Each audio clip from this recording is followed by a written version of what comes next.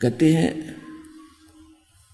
सो नारी जारी करे और सुरापान 100 बार, एक जलम हुक्का भरे वो डूबे काड़ी धार। ये सूक्ष्म वेद बता रहा हूं जो गौड़गी उन कबीर भगवान का दिया हुआ आदरणीय गरीबदास साहिब जी को दिया, जो उन्होंने पहले बोल रखा था कि 12वें पंथ के प्रवर्तक द्वारा संवत 1774 में उसका जन्म होगा। उसके द्वारा मेरी महिमा की वाणी पुनः प्रकट की जाएगी, क्योंकि बीच में जो परमात्मा स्वयं बोल कर गए थे 600 वर्ष पहले कबीर सागर में, कुछ इन कबीर पंथी नकली कबीर पंथियों ने उसमें घुसपैठ कर दी थी। उसकी पूर्ति के लिए परमात्मा ने वो ज्यों का त्यों ज्ञान पुनः अपनी प्यारी आत्मा आदरणीय गरीबदास साहिब जी को फिर दिया। उस सूक्ष्म वेद को जो दास अब आपको सुना रहा है। सो नारी जारी करे और सुरापान 100 बार, ओए होए, एक चलम हुक्का भरे वो डूबे काली धार। एक हुक्का भर के देने वाले को, यानी तमाकू सेवन करने वाले का सहयोग देने वाले को कितना पाप लगेगा। पीने वाले का तो बेड़ा गर्क होगा, उसमें सहयोग देने वाले को कितना पाप लग रहा है, ये सूक्ष्म वेद बता रहा है। सुरापान मद मांसाहारी, गवन करें भोगे पर नारी, 70 जन्म कटेंगे शीशम, साक्षी साहेब है जगदीशम। सुरापान जो शराब पीते हैं, मांस आहारी जो मांस खाते हैं और पर नारी को भोगते हैं, कहते उनके साथ क्या होगा, उनका 70 जन्म उनके सिर कटेंगे। कोई बकरा बनेगा या कोई वैसे किसी कारण से, जैसे आप सुना होगा, एक बार विद्यार्थी जा रहे थे, यानी किसी इंटरव्यू देने के लिए ट्रेन पर बैठे जाते ऊपर चढ़कर, और आगे कोई कारीगर रिपेयर करके कुछ ऊपर न्यू के न्यू एंगल छोड़ गए, और ट्रेन तो निकल सके थी, उस पर बैठे व्यक्ति हानि होगी उनके कहते सैकड़ों व्यक्तियों के सिर अलग हो गए। तो इस तरह की दुर्घटनाओं में फिर उनकी मृत्यु होगी, या फिर कहीं वो ऐसे मारा जाएगा, कभी बकरा कभी मुर्गा बनेगा, कभी जोटा भैंस बनेगा, कसाई काटेंगे। तो कहने का भाव ये है कि सुरापान मदमांसाहारी और गवन करे भोगे पर नारी, 70 जन्म कटेंगे शीशम, साक्षी साहिब है जगदीशम। गरीबदास जी कहते हैं मैं अपने जगदीश कबीर भगवान की को साक्षी रख के कह रहा हूं कि ऐसे पाप करनियों को ये दंड मिलेगा। पर द्वारा स्त्री का खोले, 70 जन्म अंधा हो डोले।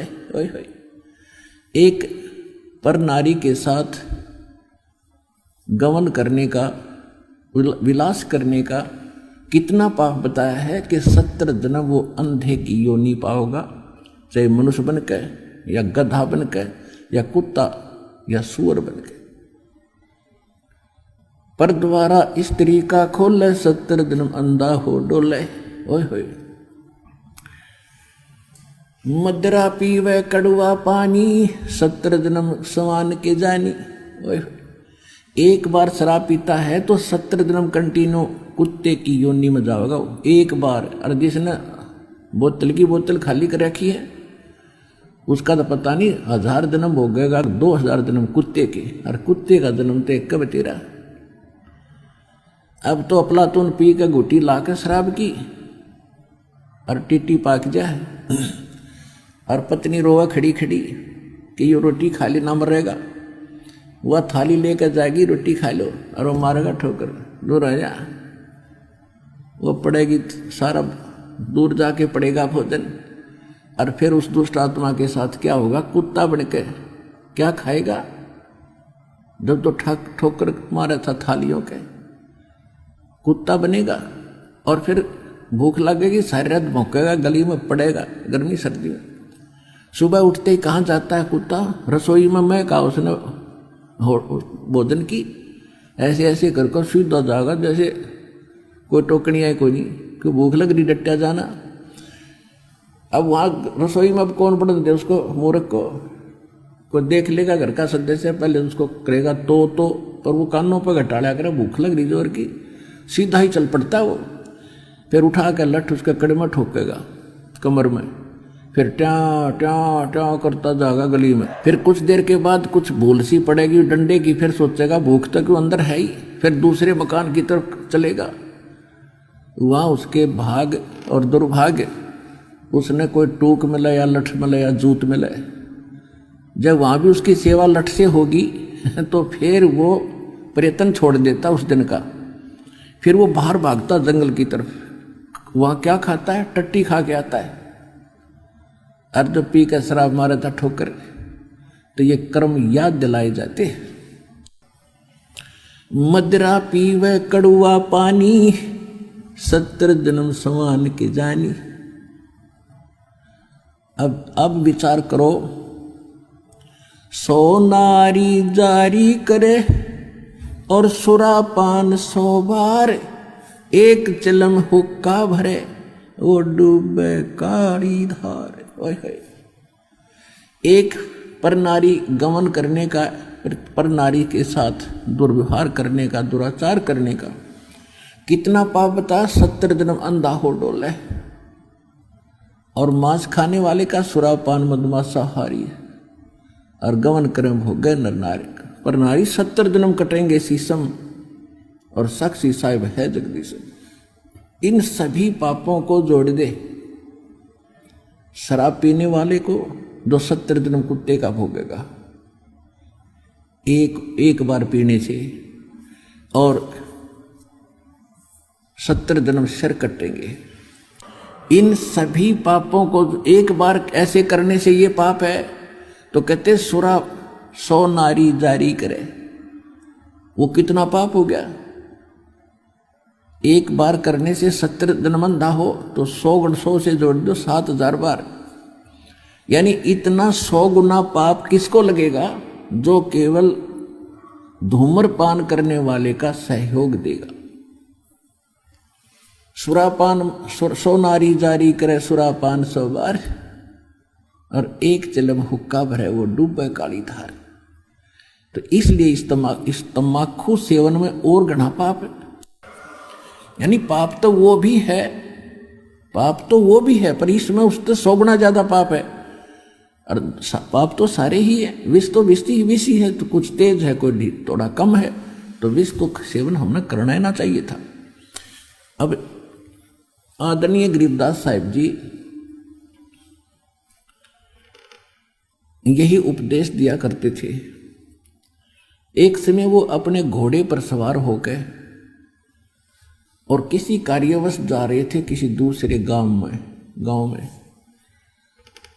और उस गांव से किसी खेतों से गुजर रहे थे, तो गरीबदास जी का घोड़ा वहां जाकर के रास्ता छोड़कर और खेतों के अंदर से चल पड़ा, दूसरी साइड से, यानी कुमार्ग पे। फसल टूटने लगी, गरीबदास जी रोकने की चेष्टा कर रहे थे, घोड़ा रुक नहीं रहा था। वहां पर रखवाले थे खेती के, आसपास के 8-10 इकट्ठे बैठे थे। वो लेकर लठ और चले और घोड़े के और उस गरीबदास जी का मारने लगे। इसका दिमाग खराब हो गया, घोड़ा के हो गया तो चौधरी पाक गया, और यो भी नहीं देखता हमारी फसल तोड़ दी, मुश्किल से तो तैयार करी है, मेहनत की मजदूरी से। ऐसे बोलते हुए कि तेरा दिमाग खराब हो गया, तेरे सेट करते हैं हरामजादे, ये कर दिया वो कर दिया, मारने के लिए कि तू हमारी फसल के बीचों बीच घोड़ा ले जा रहा है। अब जो ही निकट आए, उन्होंने ऐसे लठ उठाए, वो जाम हो गए नो के नो, इस एंगल पर बस, ना इधर हो रहे हैं ना आगे पीछे बढ़ रहे हैं, स्तब्ध हो गए, चैतन्यों के नो। तो इस बात से वो समझ गए कि यो आम व्यक्ति नहीं है।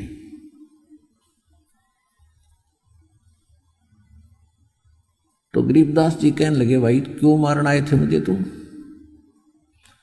वो कहने लगे, जी पहले हमने कुछ नॉर्मल करो तो बोलेंगे, हमारी तो सांस भी ना आती हमें। ने बोला लेकर दिए नॉर्मल। अब फिर उनका कहाँ जो था उनको धमकाने और खुरकाने का, हाथ जोड़ के लठ घेर के खड़े हो गए। अज्ञो तो भाई कोई बला है, भाई क्यों मार रहे थे मुझे? कि इसलिए मार रहे थे जी, आप रास्ता छोड़ के घोड़ा आपका इधर आ गया था। भाई पशु है, ये मेरे बस से बाहर था। आपको पता मैं कितना कोशिश कर रहा था, जानबूझ कर लाया हूं, तो भी तुम ऐसा करते अच्छे लगते। राह चलते आदमी को तो वैसे फिर भी नहीं करना चाहिए। अरे भले आदमी, तुम्हारा शिष्टाचार भी खत्म हो गया। मैं कोई जानबूझ कर नहीं ले जा रहा था, घोड़ा पशु है, काबू से बाहर हो गया। तो वो कहने लगे जी घोड़ा आपके काबू से बाहर नहीं हो सकता, आप तो कोई परम शक्ति है। परमात्मा बोले न्यों पूछो मेरा घोड़ा क्यों इधर हुआ, पर न्यों पूछ लो तुम। अब ये बताओ कि तुमने जिस खेत के बीचों बीच रास्ता जा रहा था, उस एकड़ जमीन में इस फसल से पहले क्या बीज रखा था? वो बोले जी तमाकू बो रखा था, तमाकू। तो मेरा घोड़ा उस तमाकू की बदबू से बेदक गया, और तुम मनुष्य होकर उसने नाकों में सूड़ो। धिक्कार है तुम्हारे जीवन को। तुमसे तो ये पशु अच्छा जो उससे इतनी नफरत करता है, और तुम ये तोप धरे बैठे उकटे। बंद करो इनको। ये वो तो सारे डर गए, जो कहोगे वो कर देंगे जी, कि आगे से तमाकू नहीं बोओगे। यही इसका मूल मंत्र है इस बुराई को खत्म करने का।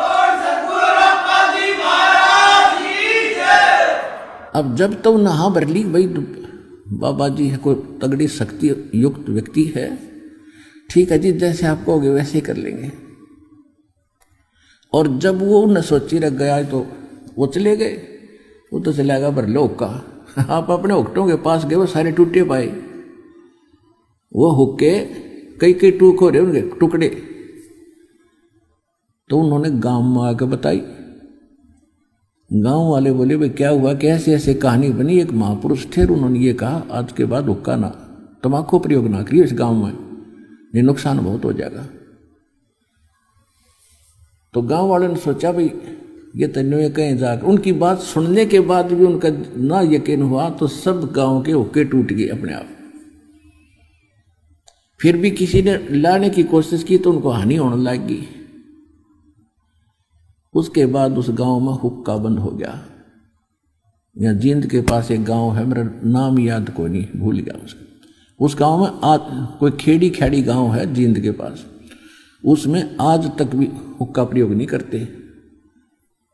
तो कहने का भाव यह पुण्यात्माओं, उन महापुरुषों ने हमें यह शिक्षा दी है और ये उनके ऊपर रहम किया, उस पाप से मुक्त कर गए, वो उनकी पीढ़ी भी बचा दी इस पाप से। बाकी मोक्ष तो बहुत दूर की बात है, इतना पाप भी हल्का ही हुआ, एक तम्बाकू पीने से ऐसा जुल्म।